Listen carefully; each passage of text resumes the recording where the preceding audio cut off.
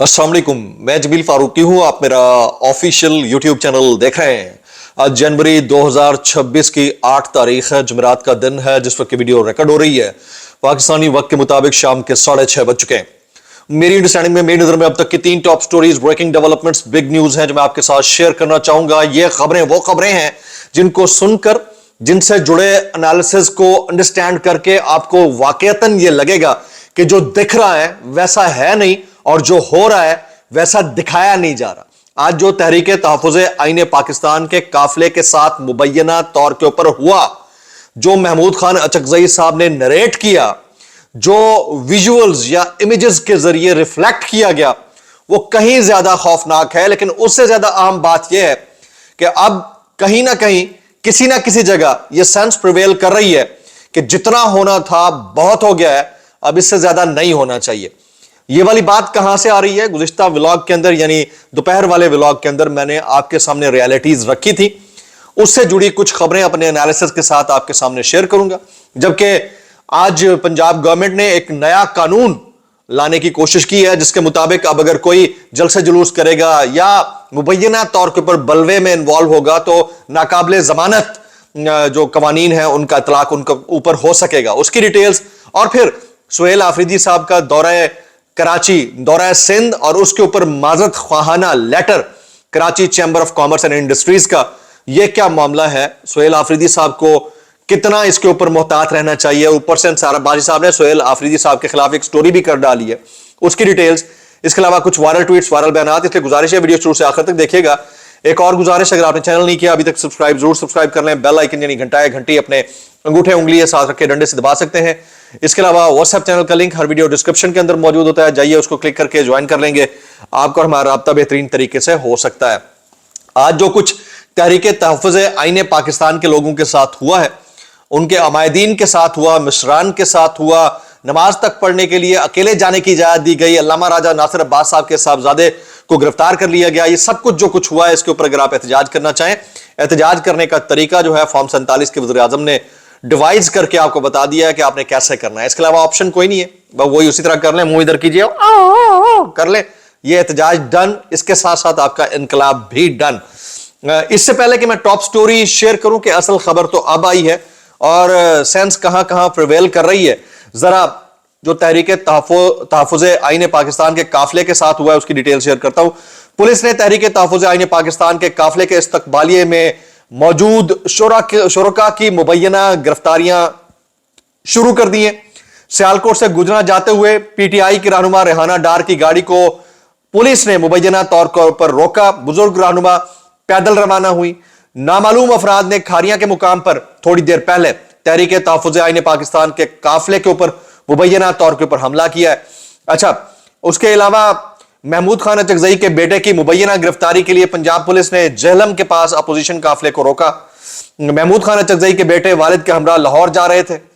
Opposition alliance का काफिला जेहलम और खारियां के दरमियान से उस वक्त गुजर रहा था। महमूद खान अचकज़ई के फर्जंद की गिरफ्तारी के लिए पुलिस ने उस वक्त मजीद नफरी तलब कर ली।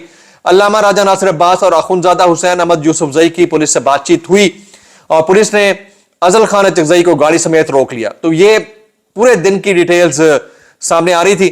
जबकि आरबी विलेज सराय आलमगीर में तहरीक इंसाफ के रहनुमाओं ने खाना खाया, फौरी बाद वहां पर पुलिस आ गई और होटल इंतजामिया को गिरफ्तार भी करने की इतलात है। ये रजी ताहिर साहब कहते हैं मेरी गाड़ी काफिले से पीछे रह गई, मैं जब आ रही वहां विलेज के सामने पहुंचा तो सराय आलमगीर थाने की सारी पुलिस वहां पर मौजूद थी। ये वहां के जो आई विटनेस हैं लोग, वो ये बता रहे। दफा 144 का मजाक कुछ यूं बनाया गया कि इसको मजीद इसके अंदर तौसी कर दी गई है जी। रावलपिंडी इस्लामाबाद के अंदर पाकिस्तान तहरीक इंसाफ के रहनुमा PP 174 के मुख्तार शाह, लाला अब्दुल रज़ाक, रहीम शाह और राना पठान को भी मुबैना तौर के ऊपर अरेस्ट करने की इत्तलात है जी। PTI का इमरान खान से मुताल्लिक मुलाकात के बगैर मुज़ाकरात ना करने का ऐलान ऐन उस वक्त सामने आया जिस वक्त तहरीक तहफ़्फ़ुज़ आईन पाकिस्तान के रहनुमाओं के साथ बहुत नारवा सलूक रवा रखा जा रहा था। अब बैरिस्टर गौहर और सलमान अकरम राजा साहब ने जो प्रेसर किया उसकी डिटेल सुन लीजिए। बैरिस्टर गौहर कहते हैं कि इमरान खान को अंदर रखकर कोई मुज़ाकरात नहीं हो सकते, वो काल कोठड़ी में है और मुज़ाकरात हो मुमकिन नहीं हो सकता। PTI ने इमरान खान से मुलाकात के बगैर मुज़ाकरात ना करने का ऐलान कर दिया। PTI की जो प्रेस कॉन्फ्रेंस हुई है उसमें सलमान अकरम राजा साहब कहते हैं कि सरहदों की हिफाजत करना हमारा काम नहीं, फोर्सेस का काम है। अगर मुल्क में दहशत गर्द आ रहे हैं तो ये सवाल पीटीआई से नहीं पूछना चाहिए।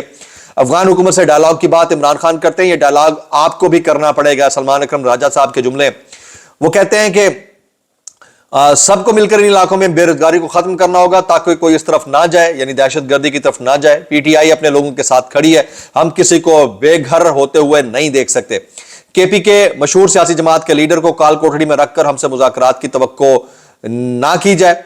मुल्क में किसी भी हवाले से मुज़ाकरात हो उसमें इमरान खान का किरदार अहम है। ये सलमान अकरम राजा साहब के जुमले। वो कहते हैं मुल्क में सियासी सूरत हाल या दहशत गर्दी के हवाले से मुज़ाकरात इमरान खान के बगैर नामुमकिन है।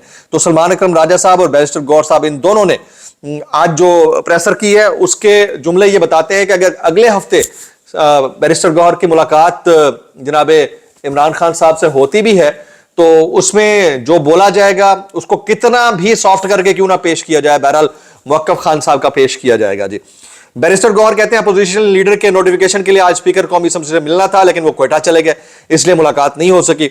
अगर मुज़ाकरात करने हैं तो उसका मैंडेट इमरान खान ने महमूद खान अचकजई और अल्लामा राजा नासिर अब्बास को दिया। पाकिस्तान तहरीक इंसाफ ने केपी में सिक्योरिटी सूरत हाल की बेहतरी के लिए पुलिस को सहूलियात फराहम की है। पाकिस्तान तहरीक इंसाफ की हुकूमत केपी में गुड गवर्नेंस का आला मेयार रखती है।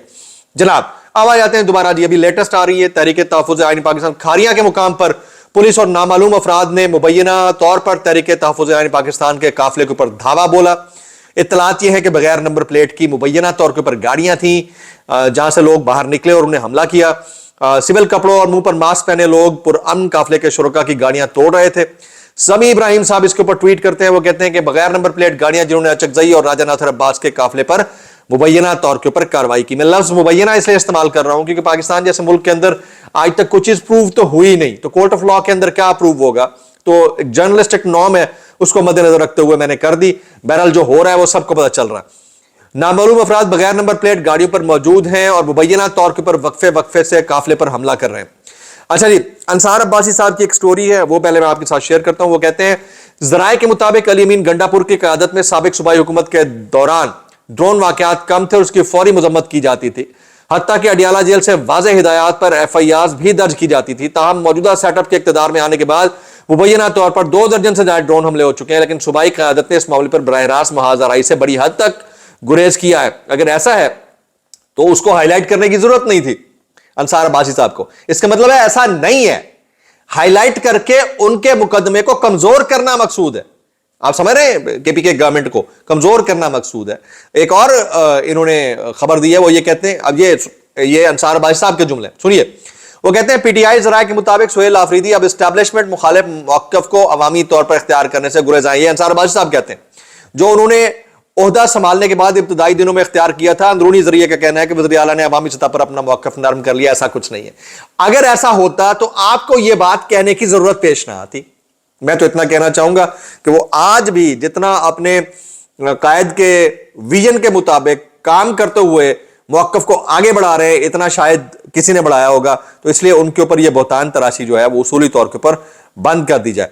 जनाब तहरीक तहफ़्फ़ुज़ आईन पाकिस्तान के काफिले पर मुबैना हमला, जमहूरी कुव्वतों पर सदा के गैर जमहूर डिक्टेटर के पाले हुए नवाज शरीफ की सरपरस्ती में चलने वाली हुकूमत में ऐसा सब एक्सपेक्ट कर सकते हैं। ऐसा ही हमला यास्मीन राशिद, हम्माद असवर और पंजाब की क़यादत पर 25 मई को किया गया था। ये बहुत सारे दोस्त इसके ऊपर कमेंट कर रहे हैं। यह भी कहा गया कि तहरीक तहफ़्फ़ुज़ आईन पाकिस्तान का काफिला वज़ीराबाद पर रुका हुआ है, जबकि पुलिस ने कैदी वैन भी पहुंचा दी है। अभी थोड़ी देर पहले जफर गोंदल के भी अरेस्ट होने की इत्तलात है। जी, जफर गोंदल साहब के अरेस्ट होने की इत्तलात है। अकेले नमाज पढ़ने की इजाजत दी गई महमूद खान अचकजई साहब को आप थंबनेल के ऊपर देख सकते हैं। अल्लामा राजा नासिर अब्बास साहब के साहबजादे राजा मुस्तफ़ा हैदर को मुबैना तौर पर गिरफ्तार करने की इत्तलात है। अल्लामा राजा नासिर अब्बास कहते हैं कि बेशर्मी की हद है, तुम लोग गाड़ियां तोड़ रहे हो, मारकर सर फाड़ रहे हो लोगों के, ये कौन सा तरीका है। तो ये जो मामलात हैं वो हम सब ने अपनी आंखों से देख ली हैं। इससे पहले हाफिज साद हुसैन रिजवी साहब की जमात को न सिर्फ कलदम करार दिया गया, बल्कि वो अब तक पता नहीं है कि कहाँ पर हैं। उनके दूसरे भाई जो हाफिज अनस रिजवी हैं वो कहाँ पर हैं, और मरकतुल आरा किस्म के बयानात तो दिए जा रहे हैं, लेकिन हालात जो हैं वो चाहे पिछले साल के 26 नवंबर के हों या इस साल के इस महीने यानी 2026 के जनवरी के हों, उसमें यकसर कोई तब्दीली नहीं आई है। लेकिन एक बात जो मैं आपके साथ शेयर करना चाह रहा हूं, जो कि असल खबर है, वो ये है कि इंतहाई अहम तरीन क्वार्टर से ہمارے بھی ذرائع ہیں. یہ ڈسکورس بہرحال کہیں نہ کہیں اور یہ سینس کہیں نہ کہیں پریویل کرتی ہے کہ اچانک سے احتساب ہوگا, اچانک سے ہوگا, سب چیزیں اچانک سے ہوں گی.